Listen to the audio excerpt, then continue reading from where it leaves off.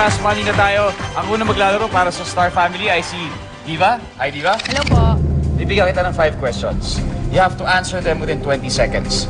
Kung anong tatanungin ko sa'yo, yun din ang tatanungin ko kay Rox na nasa loob ng soundproof booth. Kailangan yung scores nyo, i-combine natin, kailangan mga 200 points kayo para makuha nyo yung jackpot.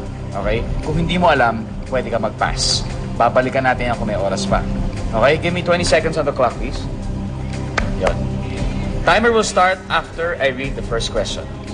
Okay, Diva? Good luck. Good luck. Ito na.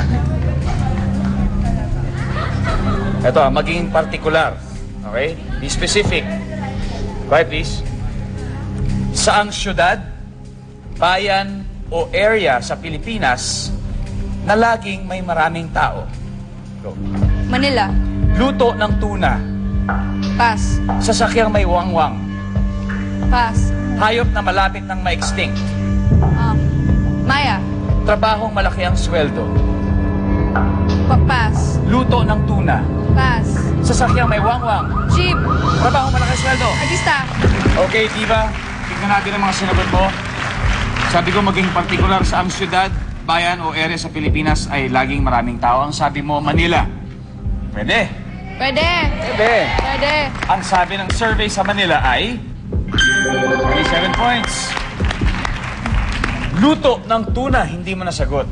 If, for example, kung nabalikan natin at may oras na Salad po. Super salad. tuna salad, no? So wala, zero yan. Sasakyang may wangwang. Sabi mo, jeep. Tingnan natin kung ano sabi ng survey sa jeep. Okay lang yan. Hayop na malapit ng ma-extinct. Sabi mo, Maya. Okay? Tingnan natin kung sabi ng survey sa Maya. Trabahong malaki ang sweldo, hindi mo siya naabutan. So, 0 points. Di bale, mali mo makuha yan ni Rox. Okay, Diva? Palakpakan si Diva. Go back to your family. Clear the board, please. Ngayon naman, tawagin natin si Rox. Rox, Rox, Rox! Rox, here. Thank you, Miss Pam. Thank you. Rox, kailangan mo maka 173 points. Kaya mo? Kakayanin. Konti lang yun. Ito, kaya mo yan, okay? Nakuha mo yan, panalo na kayo. Same thing, bibigyan kita ng 5 questions. Pero since mas mahirap ngayon, you will have to answer those 5 questions within 25 seconds. Okay. Okay? Pag marinig mo to, ibig sabihin nasagot na yan. You have to give me a different answer. At kung di mo alam, pwede ka mag-pass. Balikan natin kung may oras pa.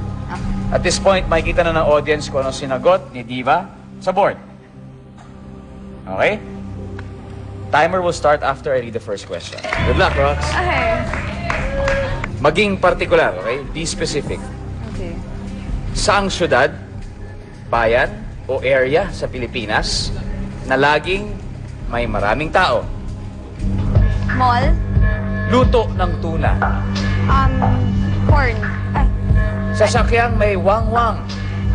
Police car. Hayop na malapit ng ma-extinct.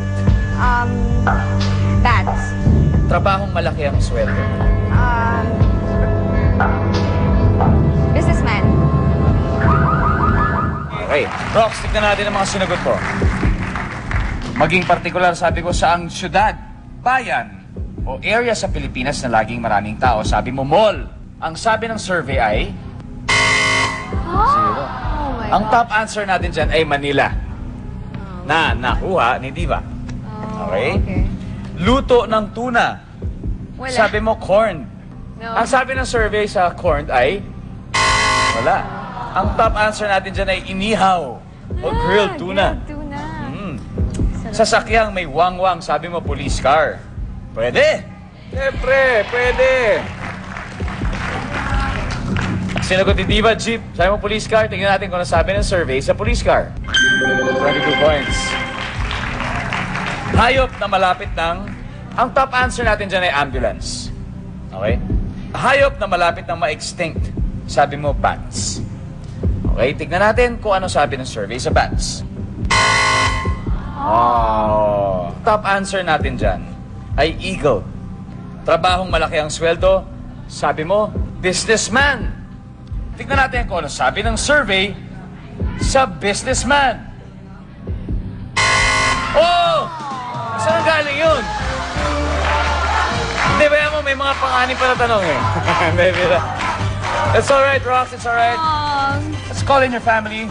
Star family, tawagin din natin ang Struck family. Hali kayo. Okay lang yan. Hindi man kayo nagwagi ng jackpot, may 50,000 kayo. Okay? May 50,000 pesos kayo. Okay. Steven, may sasabihin ka ba? Please watch Starstruck Saturday nights after Pinoy Records and Starstruck Live Sunday nights after Cap's Amazing Stories. There you go. Sarah?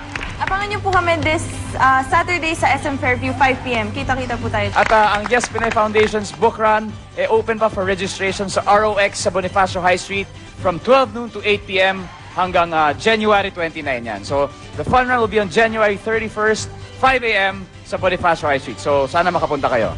Remember, the family that plays together wins together.